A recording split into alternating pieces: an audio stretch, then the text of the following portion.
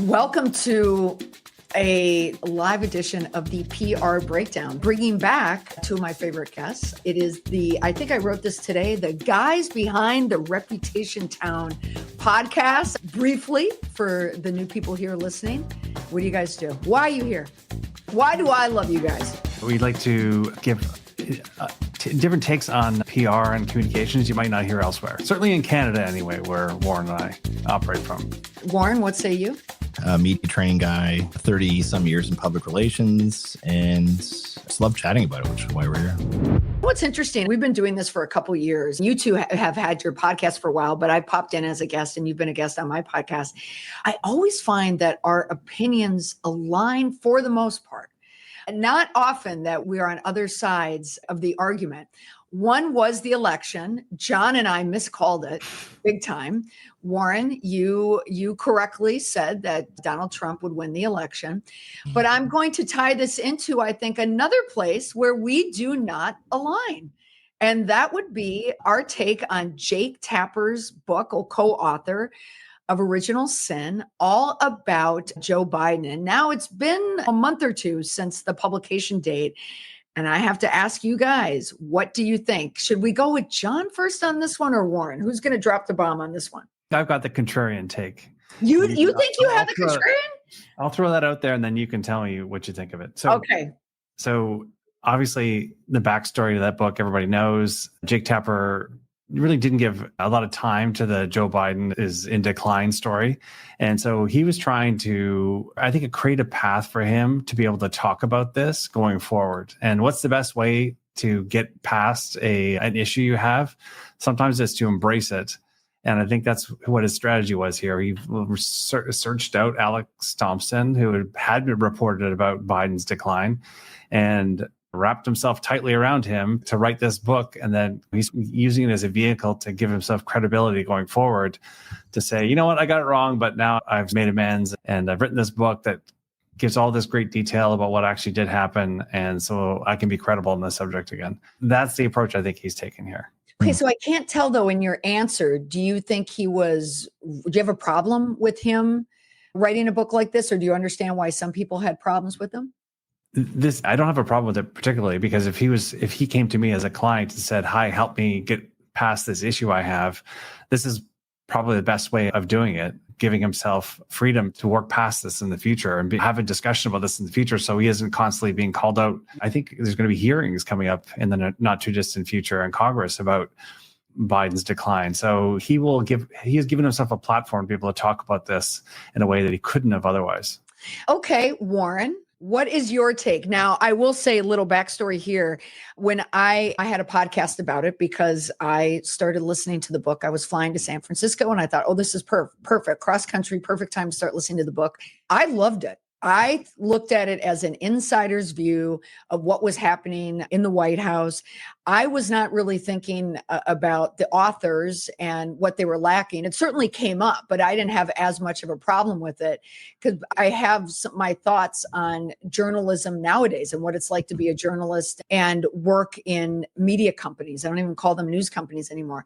And I had posted something and you were the first person to chime in with your thoughts. Warren, share your thoughts on Jake Tapper specifically. My comment was, I can't believe you gave Jake Tapper $30. And then and my honest response was, technically I didn't. On Spotify, which I didn't know. This is great. You can, if you have a Spotify membership, you can listen to any audiobook basically. Oh, yes. I've been stewing about this for a couple of weeks, so that I love that I have an opportunity to vent a little bit now. I think that, and this is just one guy's opinion, this to me was the most blatant and shameless display of hypocrisy I've seen in the book publishing world. And also on the tail end, probably one of the least successful. If you look at his book, would you call it a success? Do you think it was a great launch? Think he sold a bunch of copies? What do you think his numbers have been? Oh, he was on the top of the list. When I recorded the podcast, he was number two on the Amazon list behind Mel Robbins. And I don't know if you know who she is. She wrote the Let Them Theory. That annoyed me in and of itself, but he was at the top of the New York Times list. There was a pre-sale. I think he did well. Manufactured. I would say that's manufactured by CNN. It was probably one of the most promoted books. Every time, hey guys, my book's coming out next week. And they just promote like millions of dollars worth of free promotion. First week, he sold 53,000 copies, which is certainly respectable. If you compare that to Bob Woodward, Fear, the book he had about Donald Trump, first week, 1.1 million books. Marry Trump, right? So Bob Woodward's like, obviously Watergate. Marry Trump's book about Donald Trump that came out a couple years ago, 900,000 copies in the first week. And those books also held their sales for a tremendous amount of time. Jake Tapper's second week, 17,000, and now it's off the list. So sales aside, and I listened to the first 2 chapters, but I started throwing up in my mouth a little bit. So I had to, like, Warren, were those the free chapters? I have the whole book. It's on Spotify as well. I'm like, okay, I'll listen to it. And I was out for a walk and I'm just like, Jesus Christ. So the stories are great. You're right. Like, the stories are excellent. It's interesting. You can picture it. You're like, I had a suspicion. It's, to me, you have to separate the art from the artist. I think he's the wrong messenger for this, because if you look back, as I have, there are many video clips when he's sharp as a tack. He's the best Joe Biden he's ever been. This guy's, man, how dare you make fun of his stutter? And the dude had clear cognitive decline and like dementia, whatever you want to call it. And for him, the moment when Joe Biden becomes out of power and not useful to him anymore, he stabs him in the back and uses him to climb up. And I found that really, really offensive. So interesting stories in the book, but I was really offended by the balls that this guy had to actually say that he was not complicit. I would say he was one of the top 4 or 5 journalists, because of his platform, who was actually promoting this. Like, he was the guy moderating the debate, the terrible debate. And he was actually working on this book before all that. So it's not like he had this eureka moment during the debate of, oh my God, what's happening? He was writing the book. And folks in the journalism and the media world would say, if your job is a journalist and you're on CNN, should you maybe not be reporting stuff when you know it? So that's my beef with Jake Tapper. Yeah. And that has certainly come up before. I'm blanking on the New York Times. Maureen O'Dowd, it's the same thing. No, not Maureen O'Dowd, but writing about Trump and then coming out with a book about Trump. Yeah, certainly with journalists. And something that I had said to you, I think your argument is valid. It is absolutely valid. But my take on it for the Jake Tappers of the world is that the media industry is changing. When Bob Woodward was reporting on Watergate, newspaper really was king. Woodward and Bernstein were doing the work. They were hustling. They didn't even have the respect in the newsroom with Ben Bradley, but he gave them the story, hustle, because they did it for the love of news. But nowadays, because I think it's a combination of journalism ego, but also how the media world is structured now, we don't have news businesses. We just have entertainment businesses. So whether it's cable television, if it's news or book, I think it's all the same. It's like content. The reality is that I think Jake Tapper wrote the book to give him the credibility as a journalist going forward. And a year from now, when we're more deep into congressional hearings about Joe Biden's competency, he's going to be able to credibly say, you know what, I did get that wrong. I covered it in my book. I laid out like the first clear account of what that decline was like. And he will be able to, I think, have a lot more room to maneuver and talk about these issues than he would have otherwise. So in other words, the reputational play for him. So 50 years from now, when people don't remember the minutia, they'll remember he was the guy that set the record straight. That's who will remember. So it's actually still a bullshit move. A couple other things, if I can. Jake Tapper hired a crisis manager. I thought when I first heard that, I thought it was you. I'm like, oh my God, Molly, please. But let's just say, though, that Jake Tapper does follow me, and his response, you could tell he was doing crisis management. Then I heard that he did hire someone. It did follow my framework. I'm just saying, but go on, Warren, what are you saying?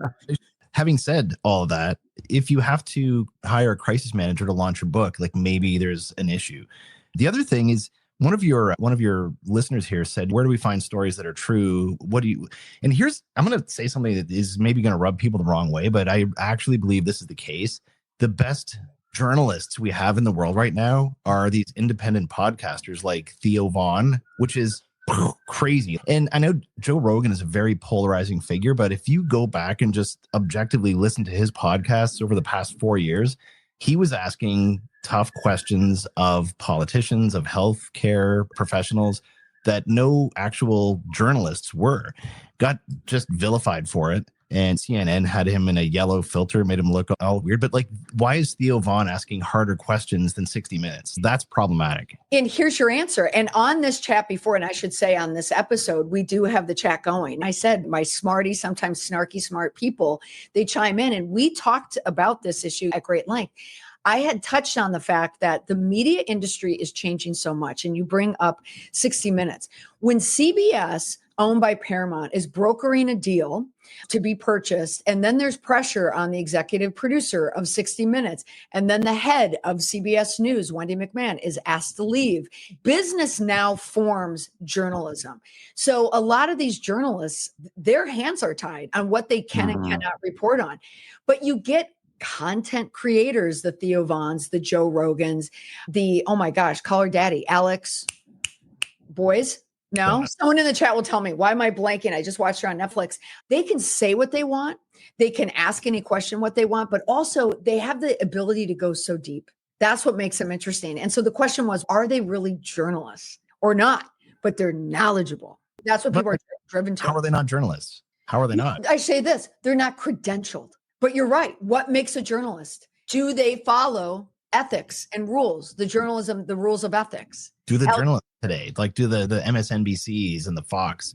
It's, if you look at what's happened to the media business, and I know this was not really our topic that we were going to chat about, but I find it depressing what's going on. And like to the point where at this advanced age that I'm at here in this business, and I went to journalism school, I am credentialed, right, from way back in the day. And a lot of people, I would say, would think that credential is worth the paper it's written on, because they learn how to do it in a newsroom and they learn how to go out on the street and ask questions.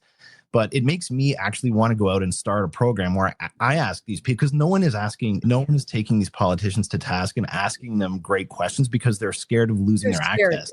Yeah, exactly. If you're comparing, let's say, Alex Cooper from Call Her Daddy, which has between her and Joe Rogan, they're at the top. And and the reason why it's entertaining, they ask the questions that a credentialed journalist who is on a media outlet is not going to ask.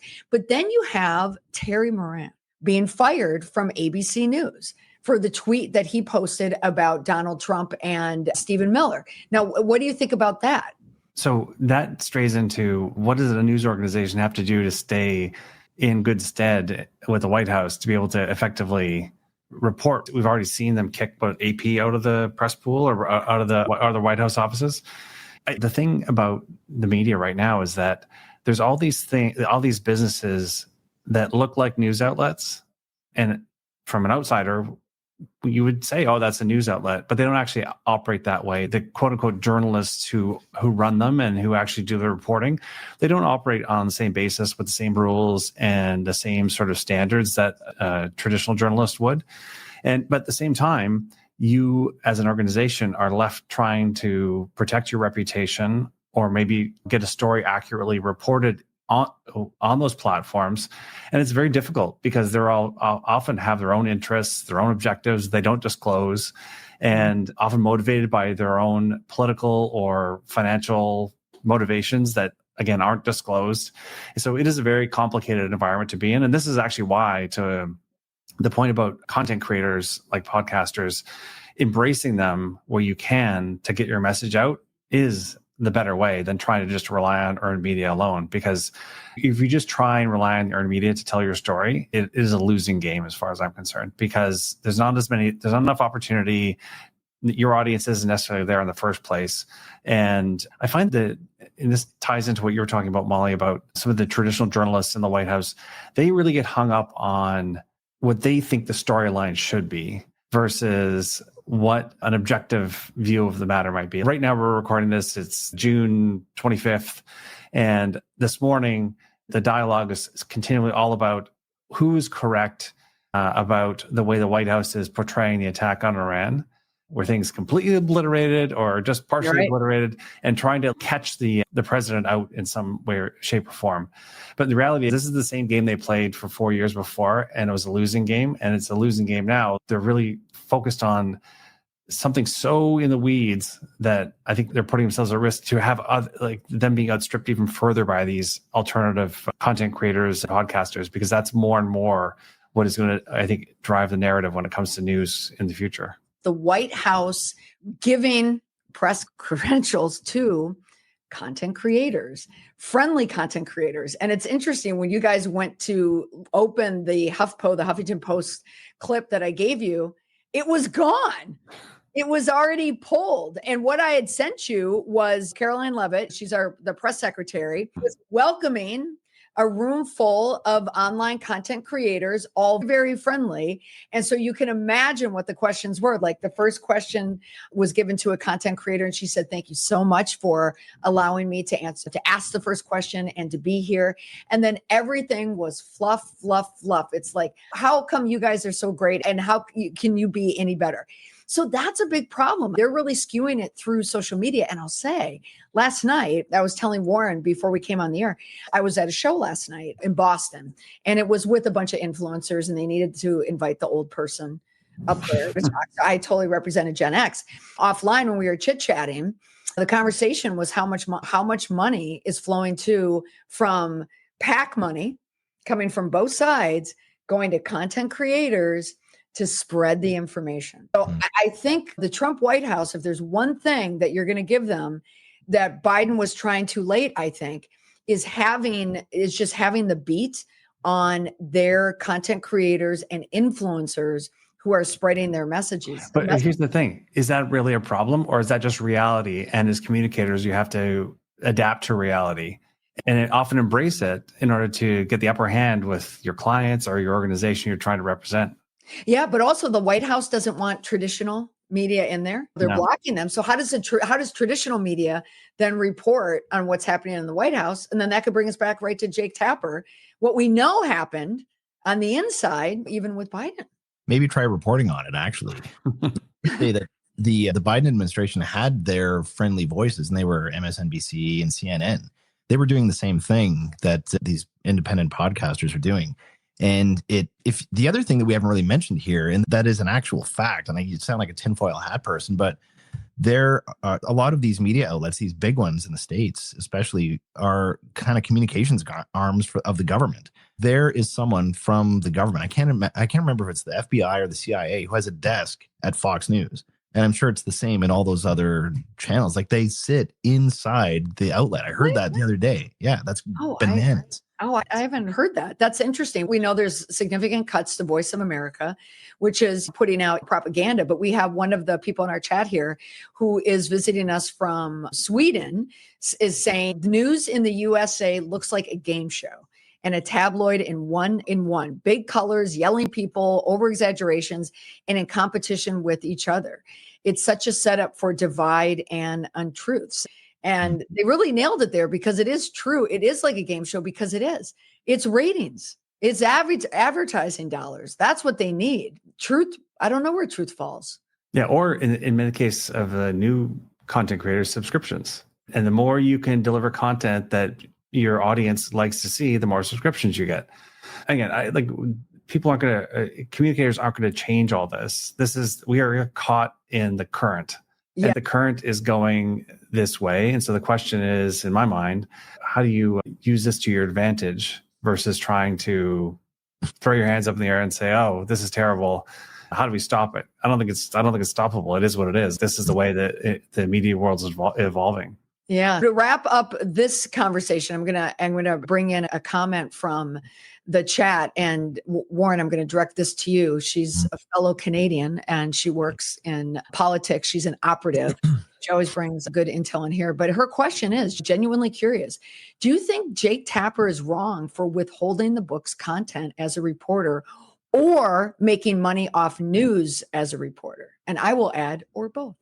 I guess it depends on your definition of his role. Is he a journalist or is he an entertainer? And I think he's answered that question for us, right? If you're a journalist and you have news that the public, should you know that the president can't function? Should you know that there's an auto pen that's signing everything and what do they call it? Pardoning people. Should you know that as an American citizen? Like, I live in a different country and I'm pissed.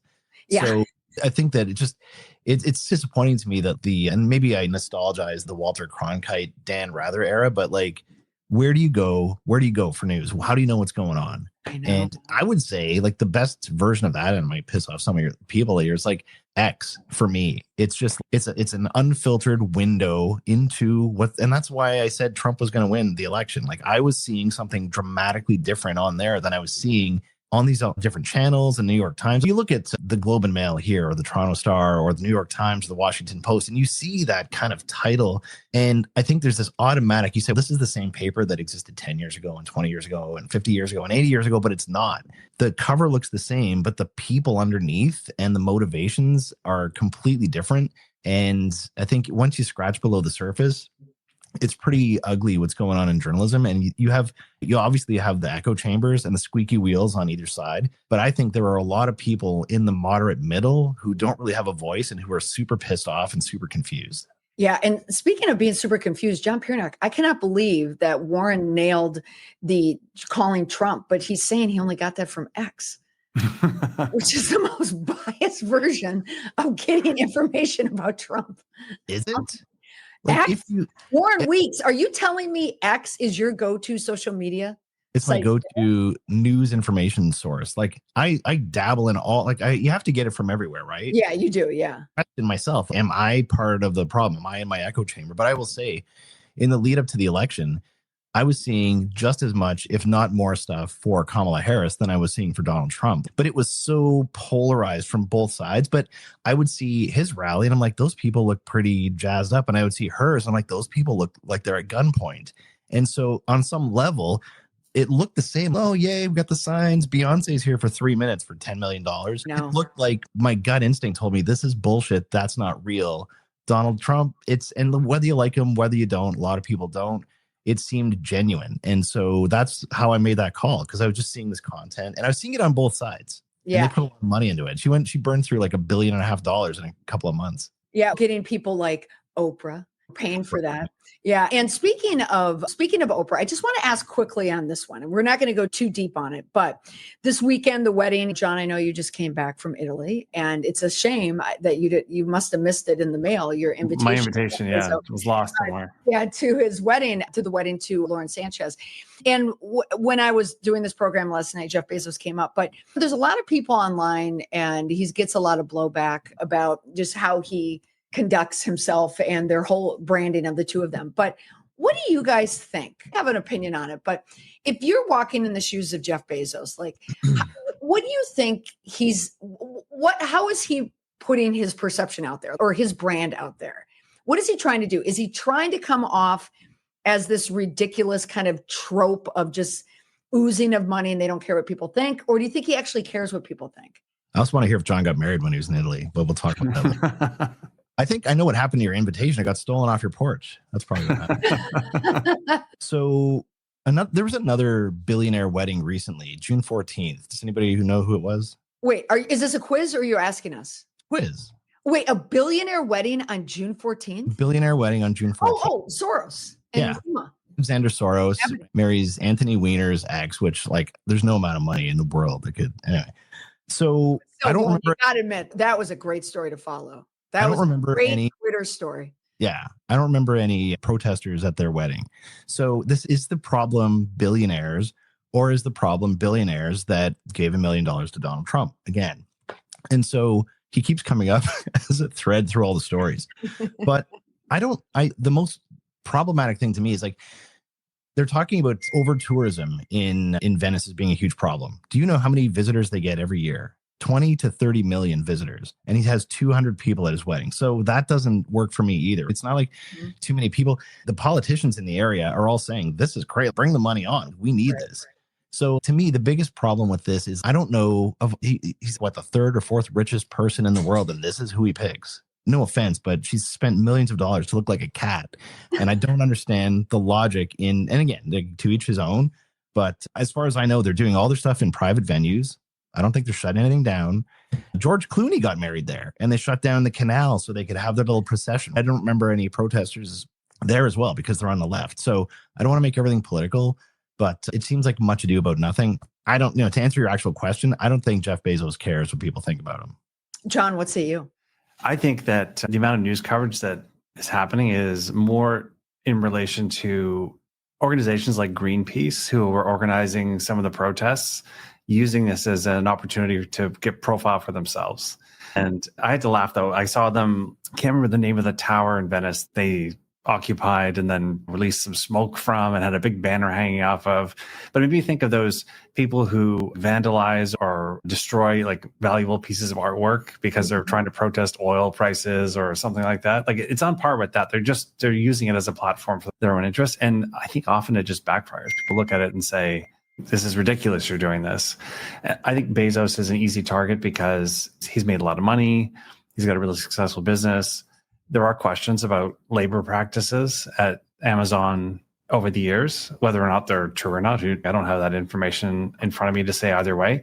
But I think it is a convenient opportunity for these kind of third parties to try and give a platform for their message. And this is where that goes back to the media thing, is that at the end of the day, you could probably count the number of protesters that are involved. There's probably fewer than 100 in total, I would bet. But yet the amount of media attention they're being given by all the major news outlets is enormous.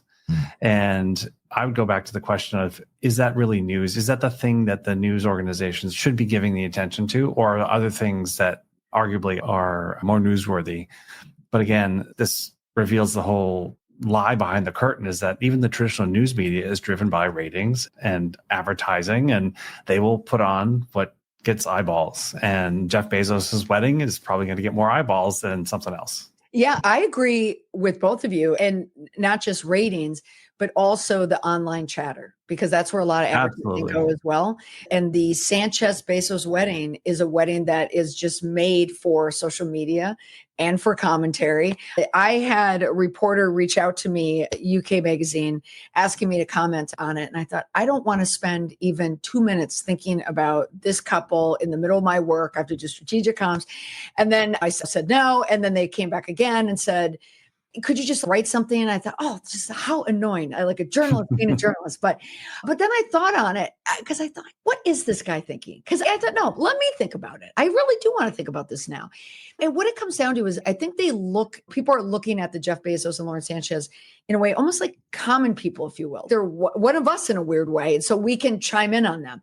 Yeah. I don't think Jeff Bezos cares about anybody because he has so much money. Now, Lauren Sanchez, a little bit more of a commoner. She was an on-air reporter, anchor, but she's still in the normal realm.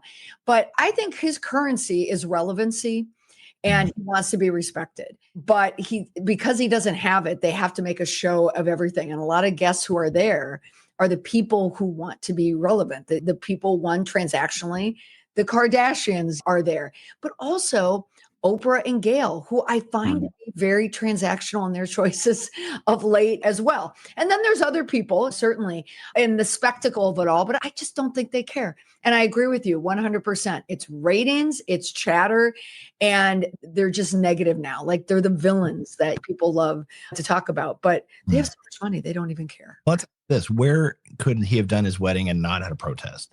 You're right. You're 100% correct. He could have done it on his little spaceship in space, and they'd be whining about that. Right? Oh, the green emissions or whatever. So on the cusp of space. It's ultimately people are. I think there's some envy, some jealousy there, and rightly. When should people have $9 gajillion? That I'll just leave that because I'm a capitalist too. Jeff Bezos paid $1.4 billion in taxes last year. A lot of people would say that's low, but it seems probably higher than most. And I would ask a couple questions. What did the folks who were protesting pay in taxes last year as a percentage of their income? Because I would say it's probably lower. And have any of them ordered stuff from Amazon and had it shipped to their house in a day? So right. Answer me that. Wow. Okay. So Jeff Bezos apologist. I'm not. It's just maybe we should be worried less about Jeff Bezos and his wedding and worry more about our own life and getting a better job and having a better relationship and taking care of our kids and like going to the gym and eating a little better. Not to get all preachy, but when we're focusing on him, what are we really doing? To your point, right? It's eyeballs, it's clicks, but at the end of the day, who gives a shit? Yeah. And I mean, it is a little preachy, I'll say, Warren. You sound a little preachy. No, but I don't think Jeff Bezos cares. No, I don't think he cares one bit. He doesn't care one bit. All right, guys, thank you so much for joining me. And if you guys want more of Warren and John, you can check out their podcast, Reputation Town. I am such a fan. All right, everyone. Thanks so much for joining. Bye for now. Thanks, Warren. Thanks, John.